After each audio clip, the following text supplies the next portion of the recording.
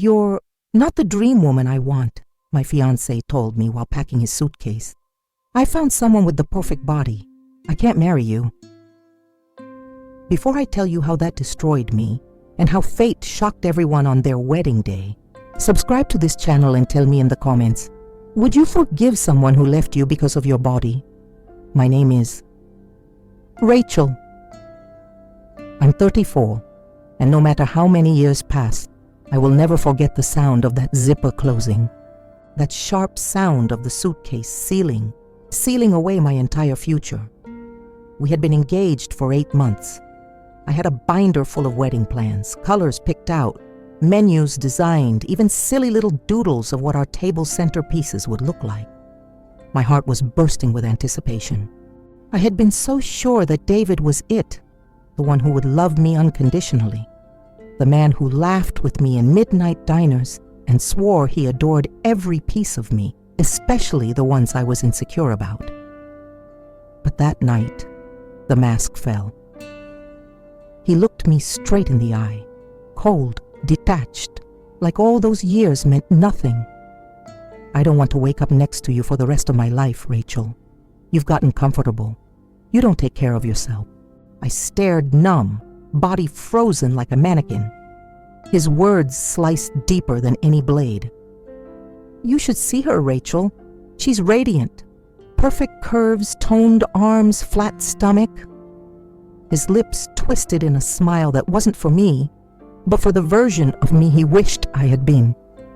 And that's what I deserve. I wanted to scream, to throw the ring in his face, but my throat locked. The only sound I managed was a shaky, strangled whisper. "I loved you." And he replied, "Zip, suitcase closed. I need more." Then he was gone. The silence afterward was unbearable. The apartment echoed, his absence loud as thunder. I looked around at the decorations we'd picked together, the folder of deposits we had already paid for the venue, the dress catalog on the table. Each item lay there like a ghost mocking me. Fool, fool, fool. I collapsed on the couch, sobs tearing out of me until my ribs hurt. My hands clutched my stomach as if trying to shield it from his words. My chest burned with humiliation. The engagement ring on my finger felt like fire. I ripped it off and threw it across the room, watched it roll under the TV stand. I didn't run after it, let it rot there with the dust, just like his promises. The days that followed, I lived like a shadow. I'd wake up, stagger to the kitchen, stare blankly at the coffee pot. Coffee had become ours, our ritual, our inside jokes. Now pouring it alone, I felt like the loneliest person alive. Friends texted me, "Rachel, what happened? I heard you two broke up." I ignored half of them, embarrassed, unwilling to admit he had left me for someone else's body. Because that was the worst part. Not just betrayal, but humiliation. He didn't even pretend it was about compatibility or soul. No, he said it plainly. "You're not the perfect body I want." At work, I held myself together, smiled weakly in the office, ate lunch quietly at my desk. But each time I caught my reflection in the bathroom mirror, his voice echoed, my stomach, my hips, my arms. No detail escaped his phantom presence. At night, I scrolled mindlessly through social media. There they were, David and her, the new girl, smiling in mirror selfies at gyms, hiking trails, beaches. Her caption beneath one, "Finally found love worth showing off." And his comment underneath, "Can't wait to say I do to this perfect goddess." It felt like I swallowed glass. Sometimes humiliation doesn't come all at once. It trickles in reminders. At the grocery store, an older woman asked, "Sweetheart, has the wedding happened yet?" My chest caved as I forced a smile and muttered, "Change of plans." In the break room at work, a colleague joked, "Rachel, all that wedding day stress is off your shoulders, huh?" They didn't know. They didn't mean harm, but each word pressed harder on my bruises. And still, I smiled and nodded, fled into bathroom stalls to cry. Worst of all were the memories. They played like cruel reruns. David bending on one knee, whispering, "You're my forever." His hands tracing my cheek, saying, "Your body is perfect to me." Planning trips, dreaming of a family, imagining gray-haired versions of ourselves on the front porch. Now, those memories reeked of lies, of rehearsed lines, of empty promises spat into the trash the moment he found his so-called perfect body. Nights became torment. I lay in bed staring at the ceiling, every sound in the apartment reminding me of him. The air conditioner's hum sounded like his voice. The bed felt too big, empty on his side, but still smelling faintly of his cologne. I would cry until dawn, then wash my face in cold water and practice my fake smile in the mirror. I'm fine, everything's fine. But inside, I was rotting. Days slipped into weeks, and one morning, news hit me like a slap. Scrolling numb through my phone, my heart jolted when I saw their photo. David and his goddess, in engagement photos, already booking the venue, the same venue he and I had set deposits on. My venue, my dream day. He hadn't even bothered to change it. He replaced me with her, in the exact same plans I had built. Something inside me cracked then. The grief mutated into rage. But rage without direction eats you alive. And that's where I stood, beat down, silenced, humiliated. I couldn't imagine it yet, but the universe was preparing something unexpected, because what happened on their wedding day shocked every single person in that room, and for the first time, the humiliation wouldn't be mine anymore. Not long after David's glossy engagement photos filled my feed, whispers started floating back to me.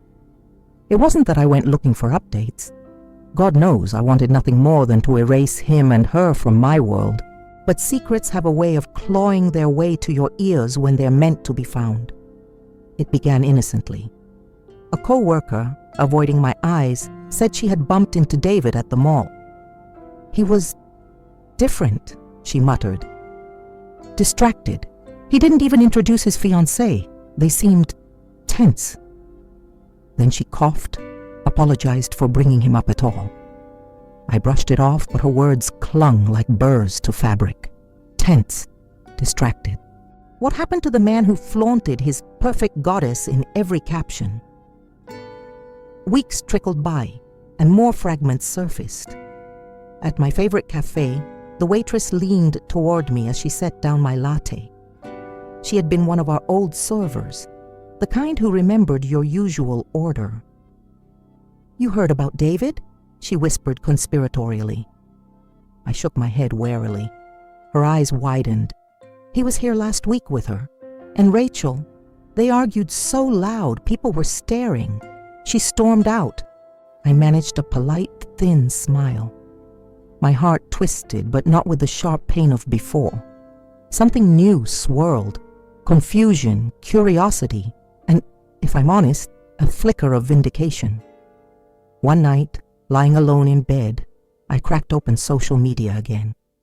Her page, the woman he left me for, had always been curated, shimmering with perfection. But now, little cracks showed through. Captions that once read, "Can't wait to spend forever with you," were replaced with vague, moody quotes. "Not everything is as it seems." And, "Trust is earned, not demanded."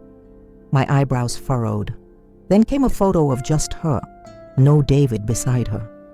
She looked radiant as always, yes, but her smile didn't reach her eyes. Underneath, people asked in the comments, "Where's David?" She avoided answering. That's when a new whisper found me. Emily, an old mutual friend who had cut us both off during the messy breakup, called out of nowhere. Her voice was low, hesitant. "Rachel, I wasn't sure whether to tell you this, but David hasn't changed. He didn't leave you because of who you are. He left because he's addicted to chasing an illusion. I frowned. What do you mean? Emily sighed. He messages women, even now. I know because a friend of mine showed me screenshots. He's already flirting with her co-workers. While calling his fiancée his perfect body, he's looking for the next one. For a moment, silence filled my living room so heavy I could hear my pulse in my ears. Perfect body, perfect lie. It landed in me like bitter medicine, sharp but strangely cleansing. All the months I'd curled under his words, berating myself for not being enough. And yet, here was proof. The problem was never me. It was never my body. It was never my curves, my softness, my so-called imperfections. It was him, his emptiness, his hunger for validation that no person, no body, no illusion could ever satisfy. Once the door cracked open, more truths trickled in. Texts from old friends, apologizing. I saw him at the gym. He was with her, but later I overheard. He flirted with the receptionist right in front of her. At the bar last week, they were fighting again. He stormed out, left her crying. Piece by piece, the facade unraveled. The same man who once held me at midnight and whispered, "You're enough just as you are," before later shredding me for my size, was repeating the cycle, leaving wreckage everywhere he went. I should have felt triumphant, but mostly, I felt hollow. It's a strange thing seeing your abuser's castle crumble. At first, the instinct is to celebrate, to think that's justice. But justice, when tangled with raw grief, feels messy. I still carried scars. I still woke hearing his words in my head. And yet, knowing the truth about him shifted something deep in me. The shame that sat so heavy on my chest for months began to lift, feather by feather. Not all at once, but enough that I started to stand taller again. It was around this time I decided to reclaim my rituals. Saturday mornings, I returned to the park where I used to sketch. The air smelled like cut grass. The sun filtered gently through leaves. I unzipped my sketchbook, fingers trembling, and let colors bleed back into my life. People passed by, families, joggers, couples. I didn't hide anymore. Evenings, I cooked for myself. Not diet food, not shame-soaked meals, but vibrant dishes. Garlic sizzling, tomatoes bursting in oil, pasta curling perfectly in bowls. And for the first time in months, I savored every bite without hearing David's phantom critiques echoing in my head. Bit by bit, Rachel, the real Rachel, began to bloom again.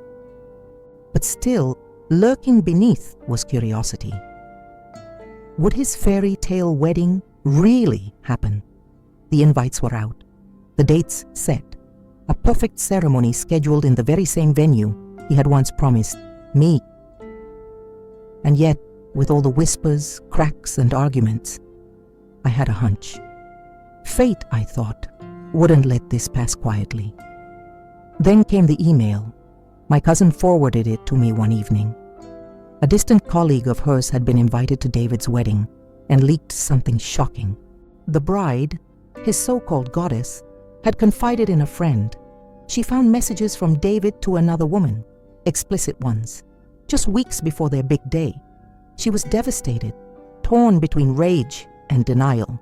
The friend wrote, she doesn't know what to do, cancel, confront, or proceed to save face. My breath snagged.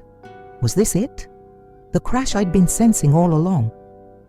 Days ticked closer to their wedding, and rumors spread like wildfire. Some said the bride called it off. Others swore everything was fine.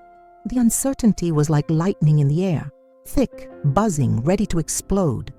And I told myself, whatever happens, it's not my story anymore. My story was surviving, healing, rising, but still. Part of me, deep down, ached for people to see him as he truly was. Not the charming man with the perfect bride, but the hollow deceiver he had always been. And as fate would have it, that's exactly what unfolded. Because on their wedding day, under soft lights, music swelling, guests leaning in anticipation, something happened that shocked every single soul in the room. And finally, for the first time, David's carefully crafted lies exploded in front of everyone who once admired him. The days leading up to their wedding were heavy with gossip. People talked as if clouds were rolling in before a storm. Everywhere I turned, whispers followed David's name. Did you hear? I don't think she'll go through with it. He's a cheater, always has been. But despite the murmurs, the invitations stood. The venue stayed booked. The preparations marched forward. I told myself I wasn't going. I wanted no part of it, no need to look at him or her again. But that didn't stop curious acquaintances from sending me updates. A photo of their rehearsal dinner leaked on social media. There he was, David, grinning smugly, tuxedo fitted, his perfect goddess at his side. Yet something in her eyes told the real story. Her smile was strained, sharp at the edges, her posture stiff, almost like she knew she was posing for a painting about to be burned. I remember one night, I sat by my window, the city buzzing faintly below, and I asked myself aloud, why do I even care anymore? But my chest knew the answer, because deep down, I wanted vindication. For months, I carried the humiliation of being not the perfect body. For months, I lived in shame, curled into myself, hiding from the world. And while I'd grown stronger, sketches, cooking, laughter returning, I still bore scars. The thought of everyone else seeing him as he truly was, of the audience that once judged me now turning their gaze on him, felt like a fire sparking inside my ribs. The morning of their wedding arrived. I woke to the sound of rain tapping against my window. Not heavy, not stormy, just enough to chill the air and fog the glass. I wrapped myself in a blanket and scrolled my phone. That's when texts started flooding in, from coworkers, old friends, even distant family. Rachel, are you seeing this? Oh my God, you won't believe what just happened at David's wedding. Turn on your phone. Check social media now. My heart stopped. My breath hitched. It was happening. I clicked, scrolled nervously, my hands trembling, and there it was. Videos, photos, posts. The ceremony had begun. Guests seated in rows of white chairs under chandeliers, soft music in the air. She, the bride, entered in satin, beaming on the surface, but with eyes flicking uncertain. David stood tall at the altar, smug, polished, ready to seal his lie with a vow. And then, right there with everyone watching, something happened that would reverberate through every corner of their social webs, every whispering mouth, every community they touched. The noise of it jumped across the screen and into my chest. Gasps, shouts, chairs scraping back, people standing suddenly. I sat on the couch, hand over my mouth, pulse racing. This was it, the moment everything came collapsing down, and I wasn't even there. I didn't have to be. It was enough to see the look in people's eyes, the captions beneath posts already spreading like wildfire. The wedding that turned into a nightmare. He thought he'd replaced her, but karma had other plans. For later, one friend who had been invited called me directly, her voice electric with adrenaline. Rachel, you won't believe this. She stopped the ceremony. Right there at the altar, she pulled out her phone, read his texts out loud, dozens of them, to other women, some from just last week. I froze, gripping the phone. She called him a liar, said, "You think I'm just your perfect body? I'm not your fool." And Rachel, she threw the ring at him in front of everyone. On the other end of the line, my friend struggled not to laugh. Guests started walking out. His parents looked like ghosts. The music just stopped, and he stood there pale, unsweating, humiliated. I closed my eyes and let out a trembling breath. This was it. The very humiliation he once carved into me, delivered back to him, sharper, heavier, undeniable. Not in whispers, not in private fights, but publicly. In that grand room with flowers and chandeliers, vows echoing incomplete, his arrogance had staged its own execution. News spread like a storm. Everyone carried a version. Some said she screamed, others said she delivered her words icy and calm. Some claimed she walked out proudly, others insisted she fled sobbing into the rain. The details blurred. But the root was there. He was exposed. And suddenly, the man who once sneered, "You're not the perfect body," became the object of universal pity, laughter, and disgust. His story no longer belonged to him. It belonged to gossip feeds, whispers at coffee shops, the judgment of the same strangers who once pitied me. And me? I sat quietly. I wasn't at his wedding, yet I was freer that day than I had been in years. Not because he suffered, but because the world finally saw the truth. It was never my body that wasn't enough. It was his soul. That night, I opened my laptop and painted for hours. Broad strokes of color, angry reds, triumphant golds. A storm transforming into sunrise. As rain outside cleared into stars, I whispered to myself, smiling through tears, "It's over. Finally, it's really over." And still I knew the story wasn't finished, because now came the aftermath. The climax wasn't just his humiliation. It would be me stepping into the light, full of dignity, showing that the chapter didn't end with his betrayal, but with my rebirth. The videos spread faster than wildfire. Within hours of that disaster at the altar, clips had gone viral. The trembling bride reading screenshots, her voice echoing through the perfectly decorated hall. The words traveled everywhere, out of her lips and onto endless timelines. His sexts, his bragging, his pathetic attempts to woo other women while pretending to worship his perfect goddess. Guests at the wedding didn't stay silent either. They whispered, posted, laughed. "Unbelievable," one caption read. "She caught him red-handed and confronted him at the altar." Another clip showed gasps filling the room. The bride tossing the ring, walking away with her veil tearing behind her like a flag of rebellion. David? He stood frozen, his tuxedo pressed, his smile fractured into nothingness, sweat dripping as cameras caught every humiliating second. The man who once humiliated me in private, no worse, in subtle cruelty disguised as truth, now stood utterly exposed, publicly branded not as the victorious groom beside a perfect body, but as a hollow liar with nothing left. I sat at my computer replaying those shaky phone recordings, my hands pressed over my mouth. I wasn't smiling, not really. I wasn't laughing. What I felt was something much richer, relief. Relief that the shame which once buried me deep in my mattress every night was finally dissolved under the glaring light of reality. For the world to see him, not as my accuser, but as the fraud. "Not perfect anymore, David," I muttered into the glow of my monitor. My reflection looked back, eyes tired but clear, free of the fog I had lived in. The aftermath was brutal for him. Within days, gossip columns picked it up. Runaway bride exposes groom.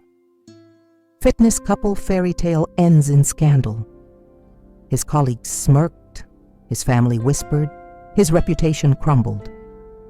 And the perfect goddess he left me for? Gone. She disappeared, her social media wiped, her future disentangled from his wreckage. He had been prepared to marry her on my dream altar.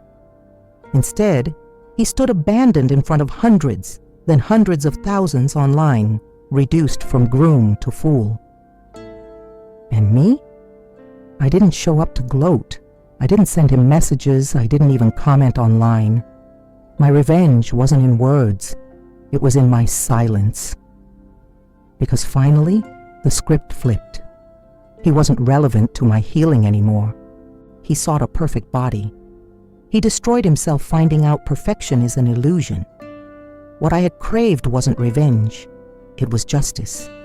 And justice comes not when they suffer, but when you remember you never deserved their cruelty. In the weeks that followed his collapse, friends started coming back into my life, voices softer, gentler. They admitted, "Rachel, you were never the problem. I don't know how you survived what he put you through. You're stronger than anyone realizes." And for the first time, instead of shrinking from their words, I accepted them. Because they were right. I was strong, not just for leaving, but for enduring the storm and finding myself again without needing him or his validation. The greatest triumph wasn't that his wedding shattered. It was that mine, my wedding to myself, to my dignity, to my authentic self-worth, finally began. I went back to sketching and hung my first painting in my living room. A storm breaking into sunrise. My storm, my sunrise. I cooked full meals, lit candles, poured wine for myself, smiled at my reflection without apology. Every time I glimpsed my body in the mirror, instead of hearing his cruel voice, I repeated my own. This is me, and I am enough. And now when I think of David, I feel nothing. He's just a cautionary tale, not a wound. His humiliation is the closing scene of a story I no longer star in. My story now is about dignity, joy, and freedom. So here's the truth I want you to remember. When someone leaves you for a perfect body, it says nothing about you. It only reveals how empty they are. And sometimes, the karma you never dare dream of will arrive right on their wedding day. Because perfection, built on lies, can never last. So tell me, if you were left by someone chasing the illusion of a perfect body and their wedding collapsed in front of everyone, would you take them back if they crawled to your door, or would you close it forever?